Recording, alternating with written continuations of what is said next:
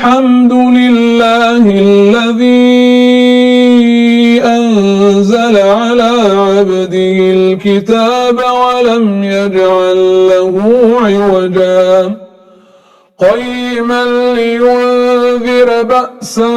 شديدا من لدنه ويبشر المؤمنين الذين يعملون الصالحات أن لهم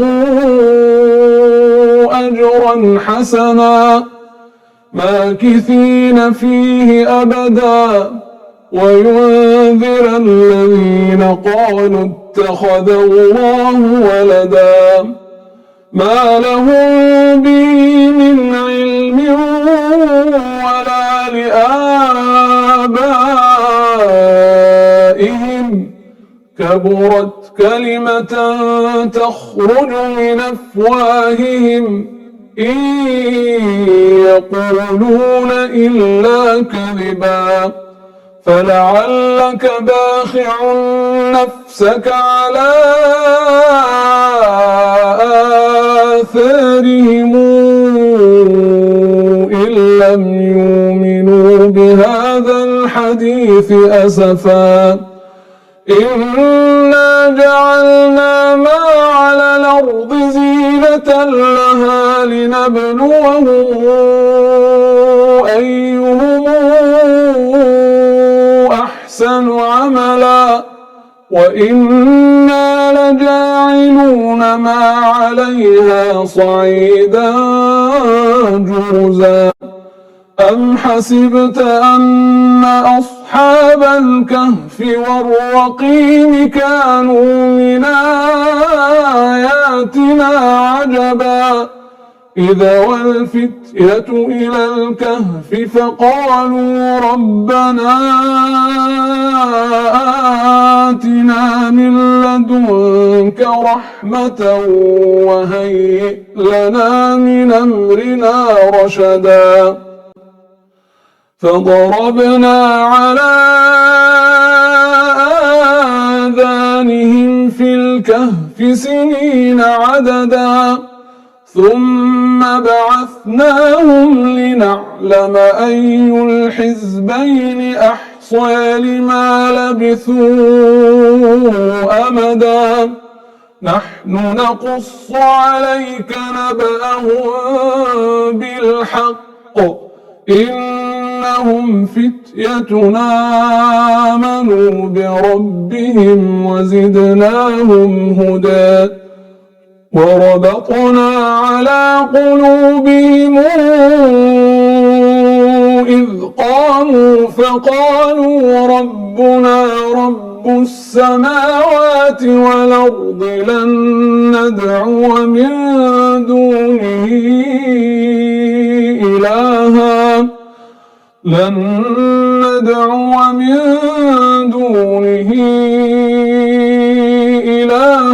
لقد قلنا إذا شططا هؤلاء قوم اتخذوا من دونه آلهة لولا يأتون عليهم بسلطان بين فمن أظلم ممن افترى على الله كذبا وإذ اعتزلتموهم وما يعبدون إلا الله فأووا إلى الكهف ينشر لكم ربكم من رحمته ويهيئ لكم من أمركم مرفقا وترى الشمس إذا طلعت تزاور عن كهفهم ذات اليمين وإذا غربت تقرضهم ذات الشمال وهم في فجوة منه ذلك من آيات الله من يهد الله فهو مهتد ومن يضلل فلن تجد له وليا مرشدا وتحسبهم أيقاظا وهم رقود ونقلبهم ذات اليمين وذات الشمال وكلبهم باسط ذراعيه بالوصيد لو اطلعت عليهم لوليت منهم فرارا ولملئت منهم رعبا وكذلك بعثناهم ليتساءلوا بينهم قال قائل منهم كم لبثتم قالوا لبثنا يوما أو بعض يوم قالوا ربكم أعلم بما لبثتم فابعثوا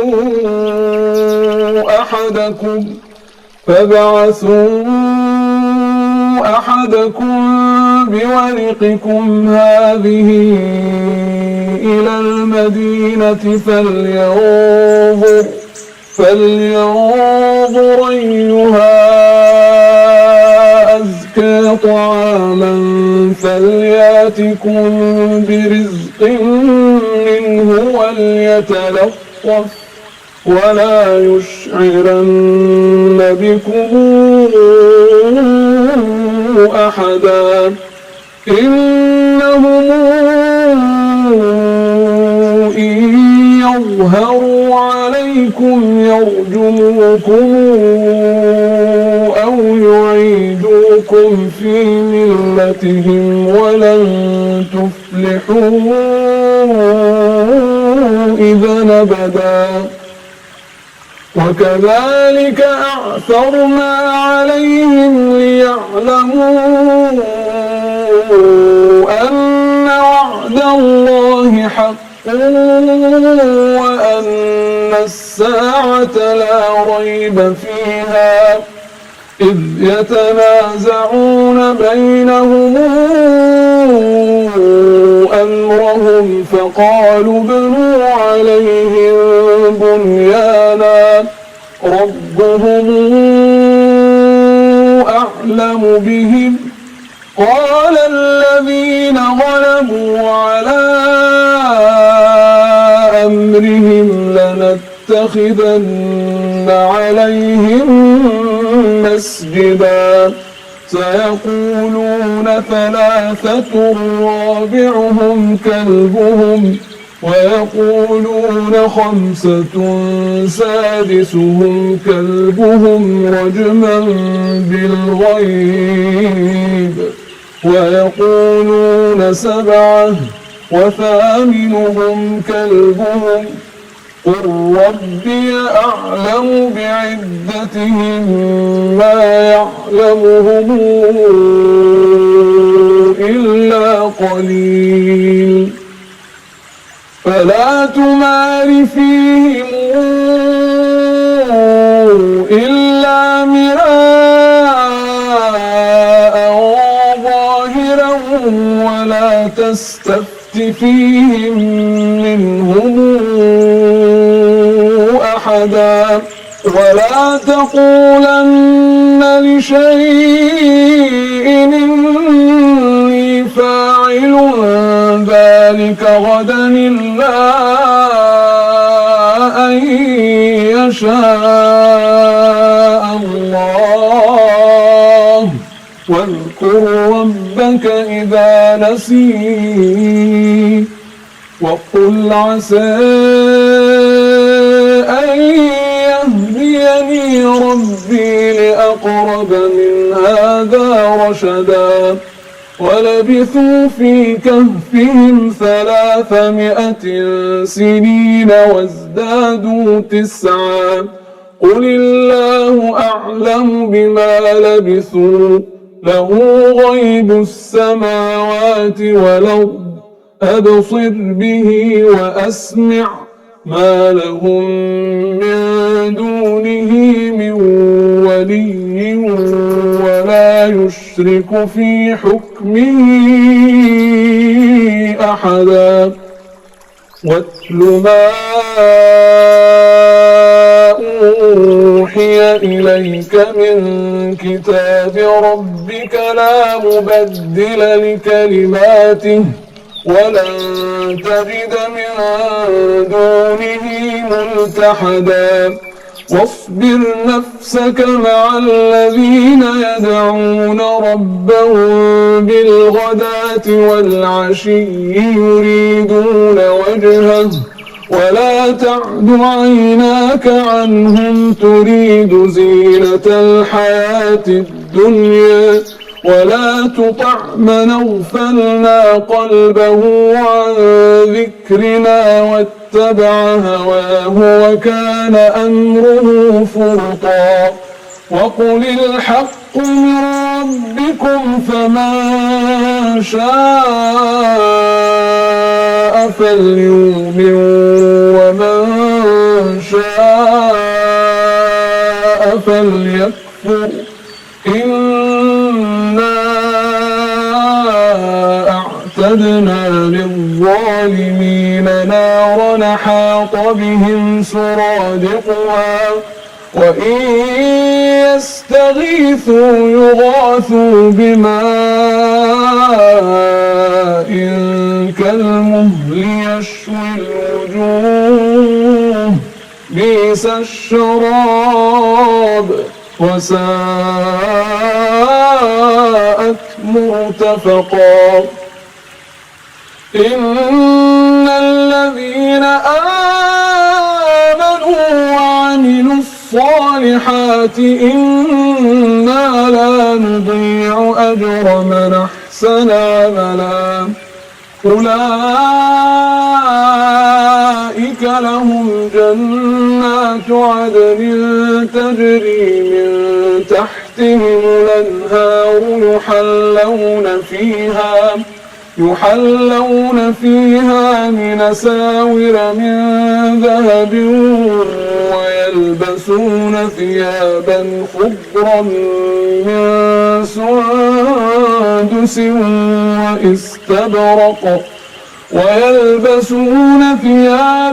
خضرا من سندس واستبرق متكئين فيها على الأرائك نعم الثواب وحسنت مرتفقا واضرب لهم مثلا رجلين جعلنا لأحدهما جنتين من أعناب وحففناهما بنخل وجعلنا بينهما زرعا كلتا الجنتين آتت أكلها ولم تظلم منه شيئا وفجرنا خلالهما نهرا وكان له ثمر فقال لصاحبه وهو يحاوره أنا أكثر منك مالا وأعز نفرا ودخل جنته وهو ظالم لنفسه قال ما أظن أن تبيد هذه أبدا وما أظن الساعة قائمة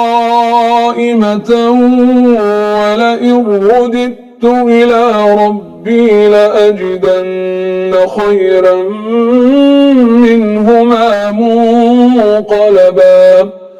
قال له صاحبه وهو يحاوره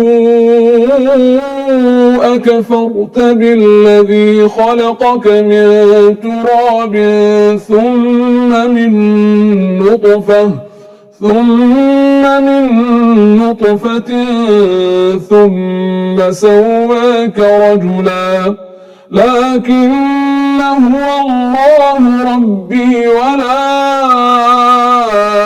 أشرك بربي أحدا ولولا إذ دخلت جنتك قلت ما شاء الله لا قوة إلا بالله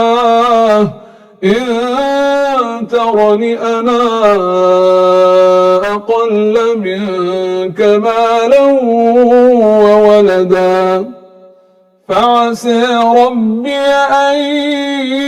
يؤتيني خيرا من جنتك ويرسل عليها حسبانا من السماء فتصبح صعيدا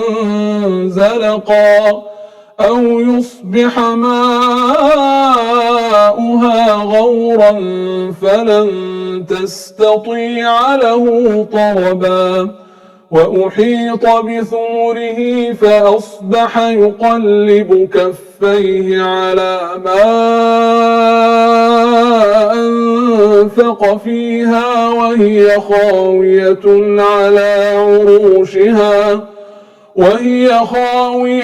على عروشها ويقول يا ليتني لمشرك بربي أحدا ولم تكن له فئة ينصرونه من دون الله وما كان منتصرا هنالك الولاية لله الحق هو خير ثوابا وخير عقبا واضرب لهم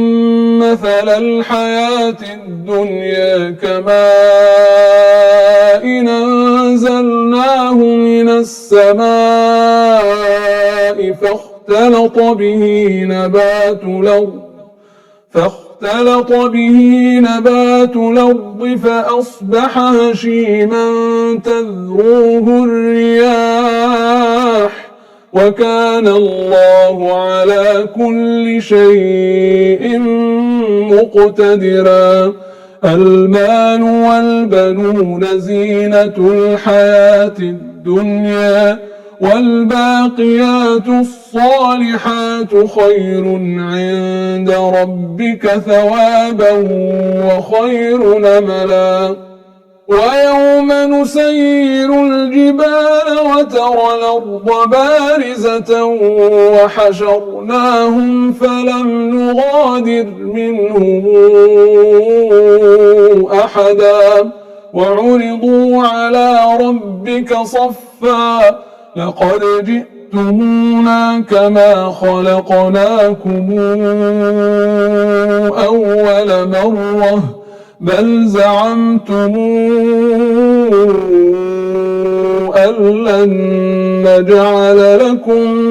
موعدا ووضع الكتاب فترى المجرمين مشفقين مما فيه ويقولون يا ويلتنا ما لهذا الكتاب لا يغادر صغيرة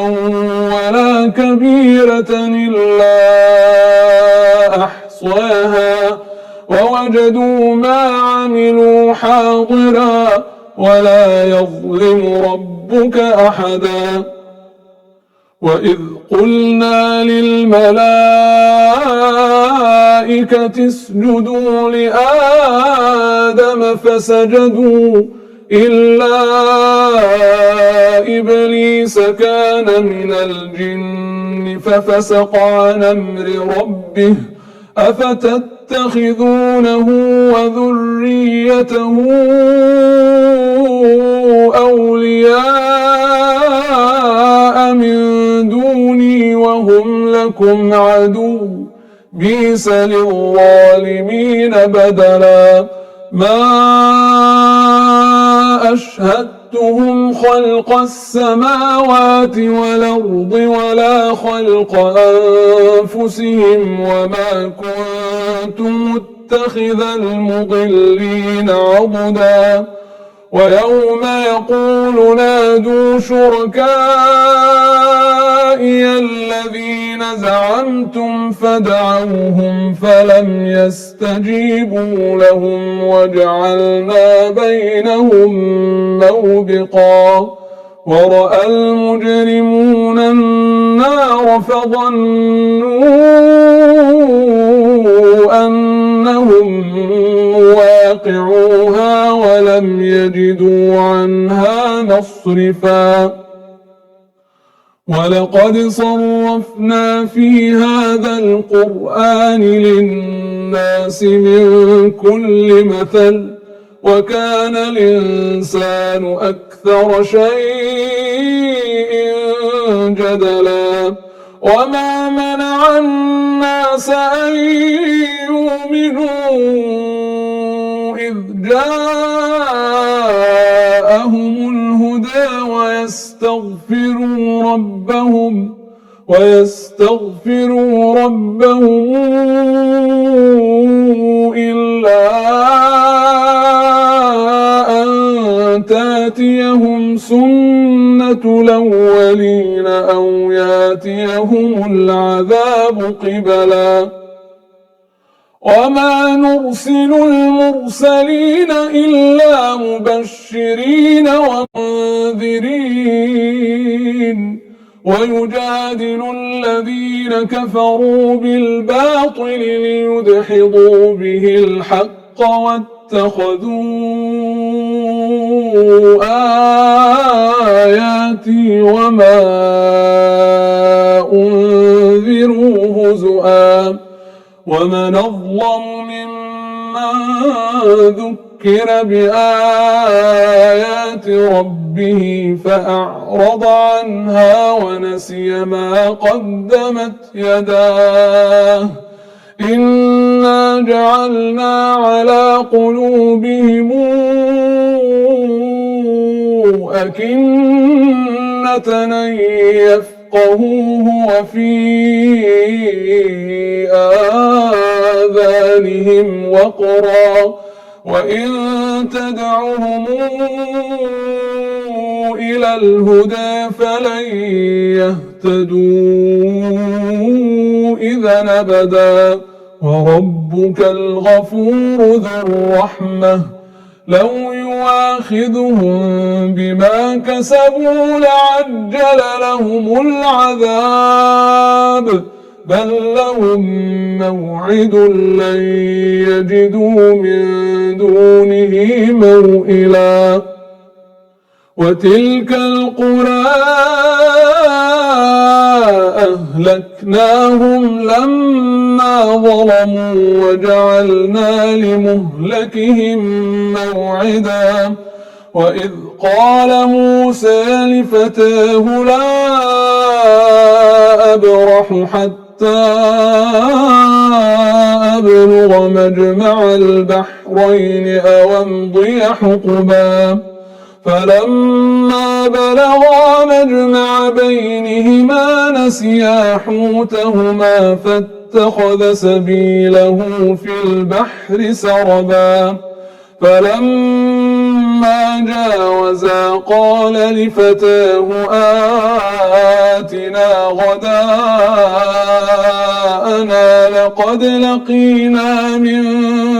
سفرنا هذا نصبا قال أرأيت إذا وينا إلى الصخرة فإني نسيت الحوت وما أنسانيه إلا الشيطان أن أذكره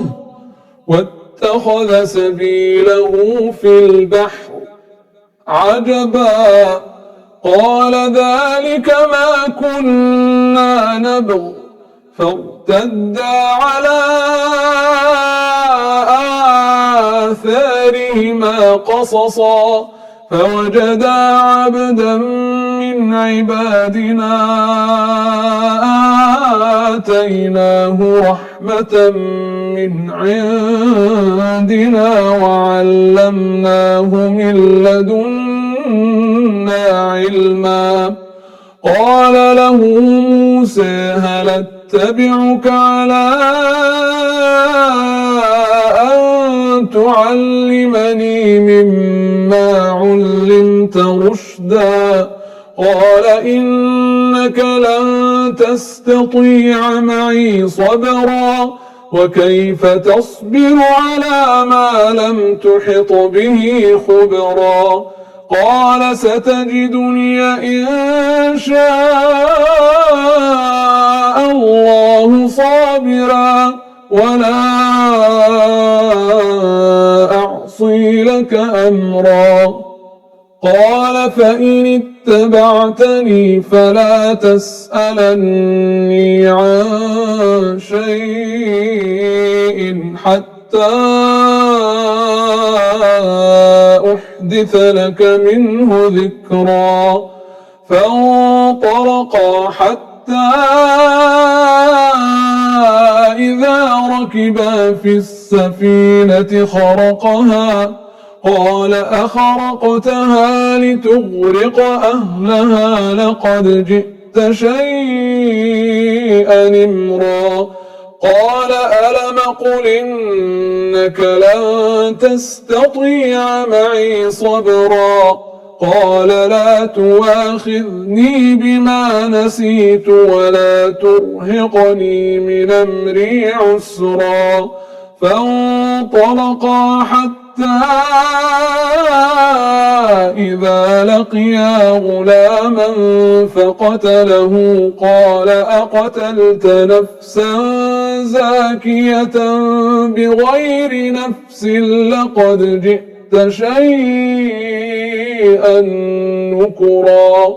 قال ألم قل لك إنك لن تستطيع معي صبرا. قال إن سألتك عن شيء بعدها فلا تصاحبني قد بلغت من لدني عذرا. فانطلقا حتى إذا أتيا أهل قرية استطعما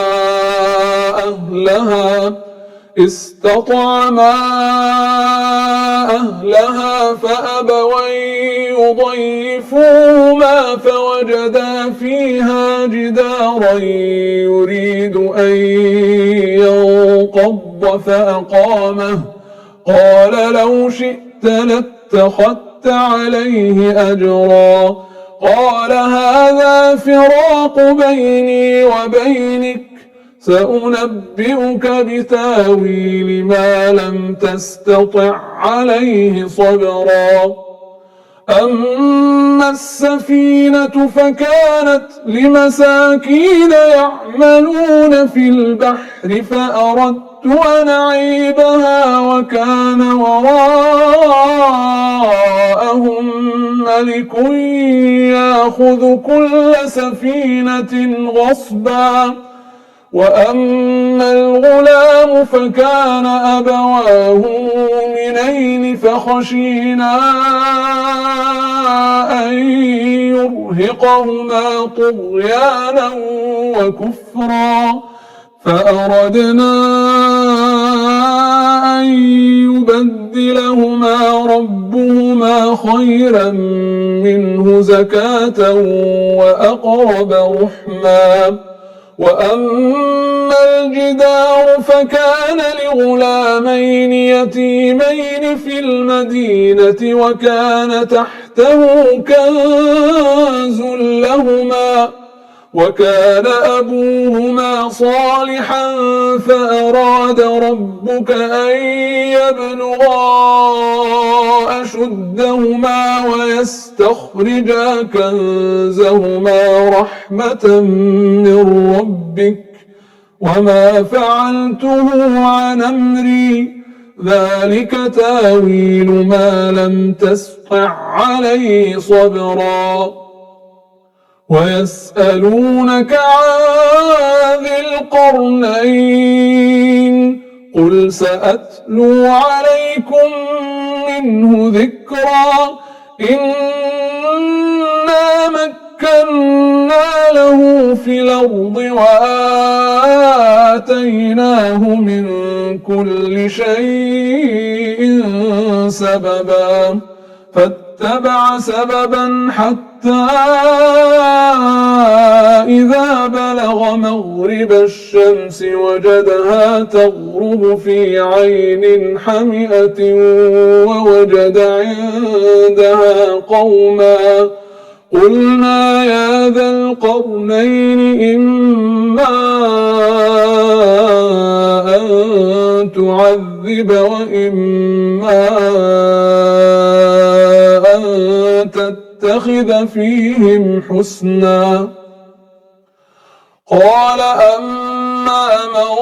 ظلم فسوف نعذبه ثم يرد إلى ربه فيعذبه عذابا نكرا وأما من آمن وعمل صالحا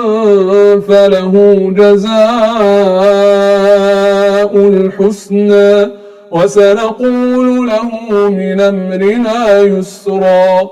ثم اتبع سببا حتى إذا بلغ مطلع الشمس وجدها تطلع على قوم لم نجعل لهم من دونها سترا كذلك وقد حطنا بما لديه خبرا ثم اتبع سببا حتى إذا بلغ بين السدين وجد من دونهما قوما لا يكادون يفقهون قولا قالوا يا ذا القرنين إن ياجوج وماجوج مفسدون في الأرض فهل نجعل لك خرجا على أن تجعل بيننا وبينهم سدا قال ما مكني فيه ربي خير فأعينوني بقوة نجعل بينكم وبينهم ردما آتوني زبر الحديد حتى إذا ساوى بين الصدفين قال انفخوا حتى إذا جعله نارا قال آتوني أفرغ عليه قطرا فما استطاعوا أن يظهروه وما استطاعوا له نقبا قال هذا رحمة من ربي فإذا جاء وعد ربي جعله دكا وكان وعد ربي حقا وتركنا بعضهم يومئذ يموج في بعض ونفخ في الصور فجمعناهم جمعا وعرضنا جهنم يومئذ للكافرين عرضا الذين كانت أعينهم في غطاء عن ذكري وكانوا لا يستطيعون سمعا أفحسب الذين كفروا أن يتخذوا عبادي من دوني أولياء إنا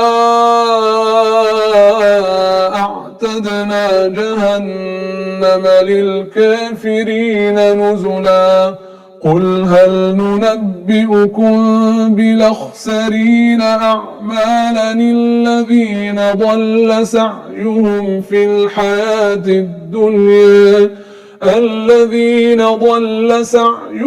في الحياة الدنيا وهم يحسبون أنهم يحسنون صنعا أولئك الذين كفروا بآيات ربهم ولقائه فحبطت أعمالهم فلا نقيم لهم يوم القيامة وزنا ذلك جزاؤهم جهنم بما كفروا واتخذوا آياتي ورسلي هزؤا إن الذين آمنوا وعملوا الصالحات كانت لهم جنات الفردوس نزلا خالدين فيها لا يبغون عنها حولا قل لو كان البحر مدادا لكلمات ربي لنفد البحر قبل أن تنفد كلمات ربي ولو جئنا بمثله مددا قل إنما أنا بشر مثلكم يوحى إلي أنما إلهكم إله واحد فمن كان يرجو لقاء ربه فليعمل عملا صالحا ولا يشرك بعبادة ربه أحدا صدق الله العظيم.